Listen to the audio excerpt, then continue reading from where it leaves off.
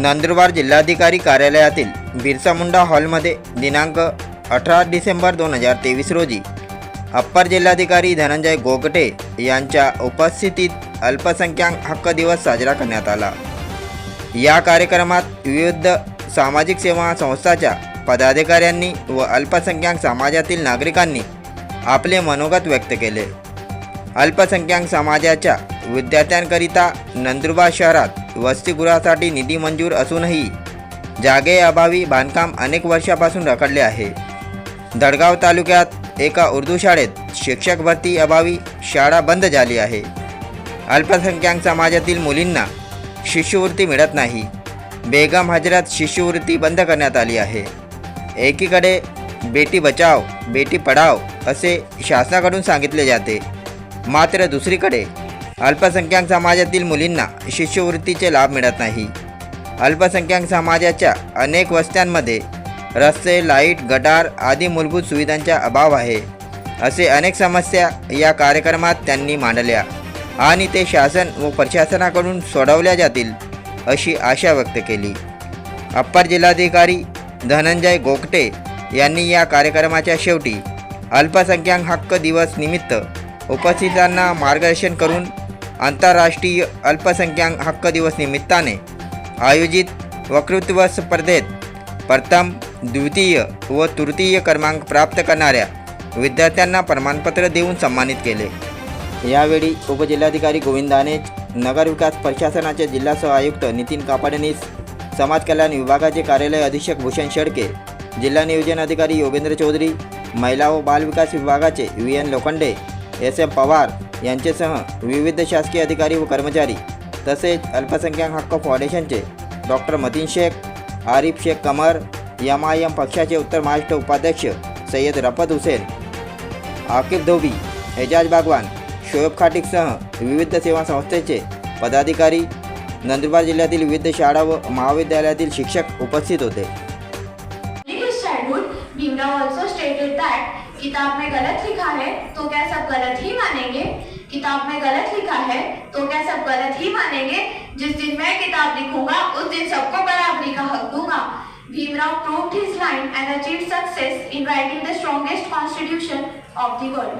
The father of our Indian Constitution wrote a set of fundamental rules and rights of the people called as Constitution, which consists of 395 articles in 22 parts and 8 schedules. मी श्रीमती हिगोस रॉफेल स्कूलमधील इयत्ता 6वीतील विद्यार्थिनी कुमारी ज्ञानदर्शन चौधरी आपल्यासमोर अगदी सुंदर विषय घेऊन आली आहे, तो म्हणजे अल्पसंख्याक हक्क दिवसाचे महत्त्व। तरी तुम्ही सर्वजण लक्षपूर्वक ऐकाल अशी आशा बाळगते। मित्रांनो, आपल्या भारत देशात अल्पसंख्याक अधिकार दिवस हा 18 डिसेंबर रोजी साजरा केला जातो। तारीख मगर खून को पानी नहीं लिखती। आज मैं बोल रहा हूँ क्योंकि मैं जिंदा हूँ। आज मैं बोल रहा हूँ क्योंकि मैं जिंदा हूँ। तारीख किसी गूंगे की कहानी नहीं लिखती, कहानी नहीं। आज आपण अल्पसंख्याक हक्क दिवसाच्या निमित्ताने नंदुरबारच्या जिल्हाधिकारी कार्यालयामध्ये जमलेलो आहोत आणि सालाबाद प्रमाणे आज आपण अल्पसंख्याक हक्क दिवस साजरा करत आहोत। मागच्या 3 वर्षापासून आम्ही आमच्या अल्पसंख्याक हक्क व विकास फाउंडेशन या संघटनेच्या माध्यमातून मुस्लिम समाजाच्या अल्पसंख्याक समाजाच्या मुलींच्या वसतिगृहासाठी आम्ही प्रश्न लावून धरलेला आहे आणि प्रत्येक हक्क दिवसा दिवशी आम्ही निवेदन सादर करतो। आज देखील आम्ही तो निवेदन तयार करून आणलेला आहे, परंतु आजपर्यंत सर्व असून सुद्धा निधी येऊन जमा झाल्या होऊन सुद्धा या ठिकाणी जागा मिळत नाही। नंदुरबार जिल्ह्यात अल्पसंख्याक मुलींच्या वसतिगृहाला जागा मिळत नाही, ही देखील एक शोकांतिका आहे। का होतो असं? आपण फक्त या दिवशी फक्त इथे जमायचा आणि या दिवशी फक्त आपण एक कार्यक्रमामध्ये आपण घ्यायचा आणि त्यानंतर सर्व विसरून जायचं। ठिकाणी आमच्या समोर बसलेले आहे त्यांना मी सांगू इच्छितो की साहेब, नगरपालिकेला प्रश्न विचारा, नंदुरबारात अल्पसंख्याक समुदायाच्या वसाहती किती आणि किती वसाहतीमध्ये रस्ते, गटारी आणि ड्रेनेजचं काम पूर्ण झालेलं आहे? विचारा साहेब। 2018 पासून पास झालेले रस्ते देखील आजपर्यंत पूर्ण होत नाही।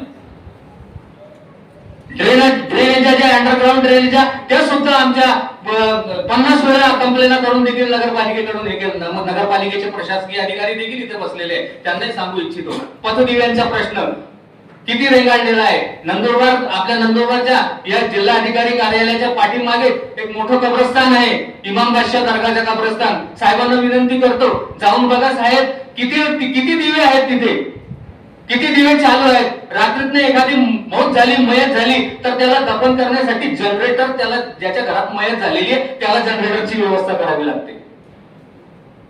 मग काय करायचं साहेब, आम्ही काय करायचं?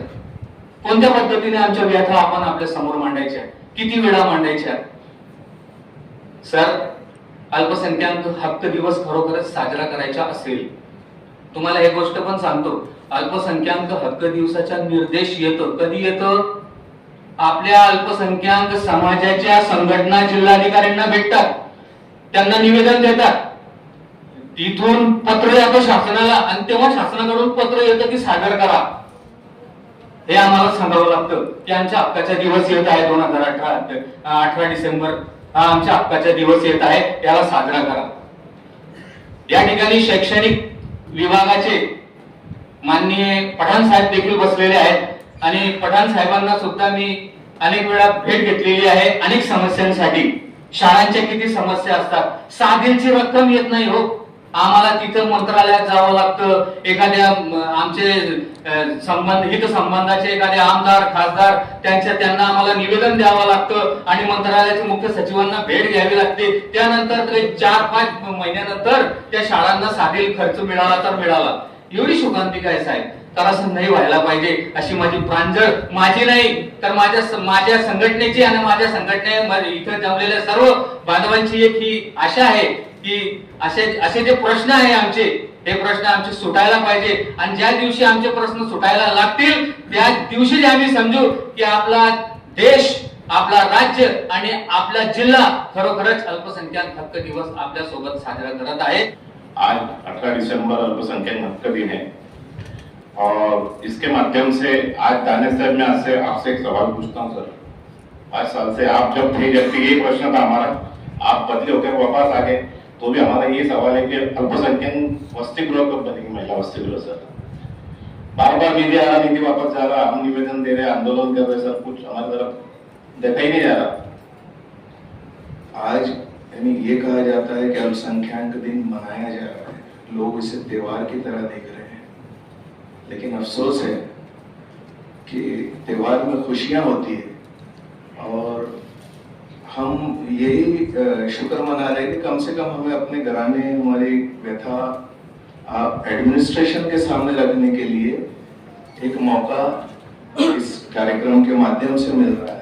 तो इसलिए हम लोग कंफ्यूज हैं कि इसे मना रहे हैं या हमारी व्यथा, हमारे घराने, हमारी परेशानियां बयान करने का एक स्टेज मुहैया मिला हुआ है, इसके लिए हम शुक्र मनाएं. जो खुशी, अफसोस और गम का मिले जुले तासुरात के साथ मैं इस कार्यक्रम के माध्यम से एडमिनिस्ट्रेशन के तमाम जिम्मेदारान से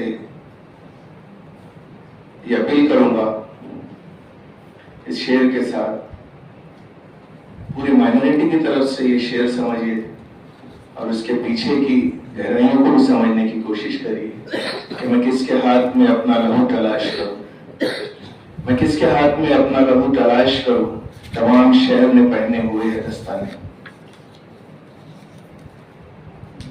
मान्यवर,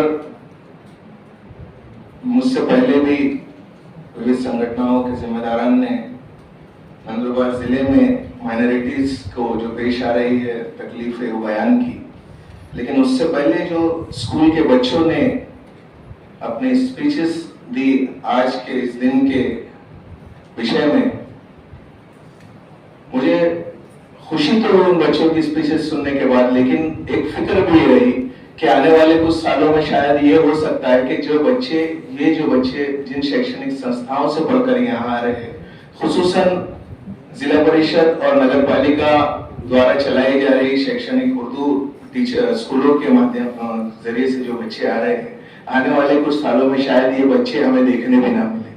क्यों? तो वहाँ की शैक्षणिक हालत, उन स्कूलों की बिल्डिंग्स की हालत, या वहां पर उन्हें मुहैया करवाई जाने वाली सुविधाएं, या फिर उस सब से बढ़कर इन तमाम परेशानियों को जूझते हुए भी अगर जो बच्चे पढ़ना चाह रहे हैं वहां पर टीचर ही अवेलेबल नहीं है, तो इस किस्म की कंडीशंस के अंदर कौन से बच्चे आपको अगली नस्ल में पढ़ने मिलेंगे, मैं इसके लिए फिक्रमंद हूं। बड़े अफसोस की बात है सर कि धड़गांव में जिला परिषद की एक स्कूल, वहां पर टीचर नहीं होने की वजह से वो बंद कर दी गई। अब बताइए कि जो बच्चे वहां पर एडमिशंस लिए हुए थे उनके मुस्तकबिल का क्या? सरकार हजारों लाखों करोड़ रुपए एजुकेशन के नाम पर बजट में फाइनल करती है, लेकिन आज तक समझ में नहीं आया कि वो बजट का पैसा जाता कहां है, क्यों? मैं अगर स्टेट की या मुल्क की ना बात करूं, सिर्फ अपने डिस्ट्रिक्ट की बात करूं, तो नंदुरबार डिस्ट्रिक्ट तो ट्राइबल डिस्ट्रिक्ट है, सबसे ज्यादा नीड यहाँ पर मिलती है, लेकिन अफसोस की बात है कि वो पैसा जाता कहाँ है, लगता कहाँ है, और खास करके माइनॉरिटी डेवलपमेंट के लिए जो फंड्स बड़े बड़े बैनर्स और एडवर्टाइजमेंट करके बताए जाते हैं, वो लगता कहाँ है, आज तक हमें समझ में नहीं आया। मुझसे पेशतर जो संगठन के जिम्मेदार ने कहा कि पिछले, मुझे भी जहां तक मैं पिछले 10 साल से जो है माइनॉरिटीज की, अल्पसंख्यक बच्चियों के लिए वसति गृह की बात चल रही है, मुझे अफसोस के साथ कहना पड़ता है कि 10 साल में प्रशासन के जिम्मेदारों को आज तक जमीन नहीं मिल पाई है। तो इसे शोकांतिका कहे या जानबूझकर डेलिबरेटली ये चीजें की जा रही है। वो फंड आकर पड़ा है, तो मैं अपनी तरफ से मेरे जहन में कि नंदुरबार मच्छी बाजार इलाके में यूपीडब्ल्यूडी का ऑफिस खाली हुआ है, उन्होंने शिफ्ट किया है दूसरी तरफ, तो मैं आपसे रिक्वेस्ट करूंगा कि माइनॉरिटीज की बच्चियों के लिए उससे अच्छी जगह नहीं हो सकती कि पूरा माइनॉरिटीज एरिया को लगकर है, और एक जो सेफ्टी और सिक्योरिटी को लेकर जो फिक्र रहती थी वो भी नहीं रहेगी। तो आप इसको गौर कीजिए, तवज्जो दीजिए और नोट करिए सर कि पीडब्ल्यूडी ऑफिस की जो जगह है, अगर वो माइनॉरिटीज के बच्चियों के वसति गृह के लिए मिल जाती है तो बहुत ही हम पूरी जिले की माइनॉरिटीज की तरफ से आपके शुक्रगुजार रहेंगे। मैंने पिछले माननीय जिलाधिकारी मैडम को मैंने निवेदन दिया था कि नंदुरबार जिले के अंदर एक उर्दू घर होने को ना, जो शासन के तरफ से उसको 50 कोटी मंजूर है, मगर उर्दू घर यहाँ नंदुरबार जिले में नहीं है। तो मेरे माननीय अपर जिलाधिकारी साहब से मेरी विनंती है कि एक उर्दू घर लाए जाए। आपले एक व्यक्त मांडवले, तर याच्यामध्ये सर्वात मेन मुद्दा होता का आपलं ते अल्पसंख्याकचे एक वसतिगृह, तर वसतिगृहाचा विषय असा आहे का आपलं ते अल्पसंख्याक विकास फाउंडेशन आणि जे आमचे इथे हे जे एक मित्र मंडळी इथे जे आले सर्व आपले प्रत्येक मंडळाचे अधिकारी, तर त्यांनी पण ते विषयावर भरपूर एक विषय ठेवला आज। तर हा विषय एकदम महत्त्वाचा आहे, कारण असं आहे का आपलं ते अल्पसंख्याक विकास फाउंडेशन जे एक फाउंडेशन आहे, तर हा फाउंडेशन 25-30 वर्षापासून इथे नंदुरबार जिल्ह्याचे पूर्ण काम करतोय। तर यांनी नगरपालिका नगर परिषद मध्ये सर्वांनी एक जागा पण दिली, त्याच्यावरती पण काही कारवाई करून कारवाई म्हणजे तिथे जाऊन ते जगाला आपलं म्हणजे बघितलं नाही का ती कुठली जागा आहे।